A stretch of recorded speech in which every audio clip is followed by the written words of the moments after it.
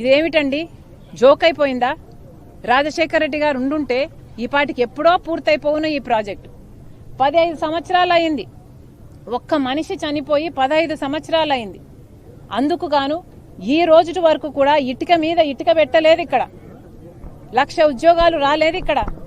మరి ఈ ప్రజలంతా, ఈ బిడ్డలంతా ఎక్కడికి బతకాలి? ఎలా బతకాలి? వలసలు పోతున్నారు.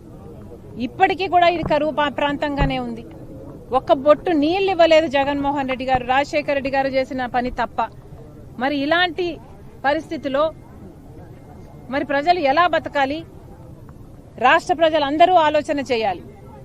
మళ్లీ చెప్తున్నాం, ఈరోజు ఇక్కడికి వచ్చాము అంటే కేవలం ఈ వైఫల్యాలు, ప్రభుత్వమైనా ప్రతిపక్షమైనా చంద్రబాబు గారైనా జగన్మోహన్ రెడ్డి గారైనా ఈ స్టీల్ ప్లాంట్ ని ఎంతగా విస్మరించారు, బీజేపీ పార్టీ మనకు ఎంత మోసం చేసిందో హైలైట్ చేయడానికి ఇక్కడ రావడం జరిగింది. దయచేసి ప్రజలందరికీ కూడా చేతులు జోడించి మనవి చేసుకుంటున్నాం. ఇక్కడ స్టీల్ ప్లాంటే కాదు, మనకు రాజధాని అయినా, మనకు పోలవరం అయినా, మనకు స్పెషల్ స్టేటస్ అయినా, ఇలా 1 కాదు 2 కాదు, ఏ విషయమైనా మన హక్కుల్ని మనం కాపాడుకోవాలి, మన హక్కుల్ని మనం సాధించాలి అంటే బీజేపీ చెయ్యదు అని 10 సంవత్సరాలుగా తేలిపోయింది. ఒక కాంగ్రెస్ పార్టీ అధికారం లేకొస్తే మాత్రమే ఇవన్నీ మళ్లీ సాధ్యం చేసుకుంటాం. దయచేసి మే 13న ఎన్నికలున్నాయి.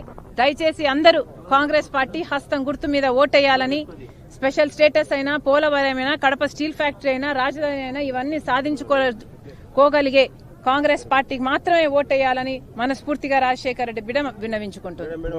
Thank you. అవినాష్ ఈ కేసులో చాలా అమాయకుడు, మాట్లాడుతున్నారు. మేము ఆధారాలు లేకుండా మాట్లాడడం లేదు. విమలమ్మ గారు మా మేనత్తే. కానీ మేము చేస్తున్న ఏమైతే మాట్లాడుతున్నామో వివేకానంద రెడ్డి గారి హత్య విషయంలో మేము ఆధారాలు లేకుండా మాట్లాడటం లేదు. ఏమైతే సిబిఐ చెప్తుందో అవే ఆధారాలు ఉన్నాయి అని మేము మాత్రమే ఎత్తి చూపుతున్నాము. ఆధారాలు ఉన్నాయి కాబట్టే మాకు తెలిసింది ఫలాని వాళ్ళు హత్య చేపించారు అని. మాకు తెలిసింది కాబట్టే మేం మాట్లాడుతున్నాము. మళ్లీ అన్యాయం జరగకూడదు, మళ్లీ హంతకులు చట్టసభలకు వెళ్లకూడదు, ఈ హత్య రాజకీయాలు ఆగాలి అని మేమిద్దరం అక్కా చెల్లెలం ఈరోజు కొట్లాడడం జరుగుతుంది. విమలమ్మ గారి కొడుకుకి జగన్మోహన్ రెడ్డి గారు వర్క్స్ ఇవ్వడం జరిగింది.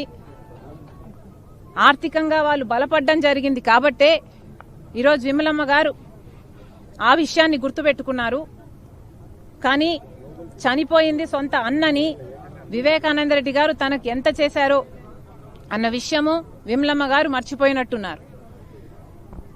వయసులో పెద్దబడ్డారు, వయసు వచ్చింది, మర్చిపోవడం సహజమే, మర్చిపోయినట్టున్నారు. అందులో ఎండాకాలం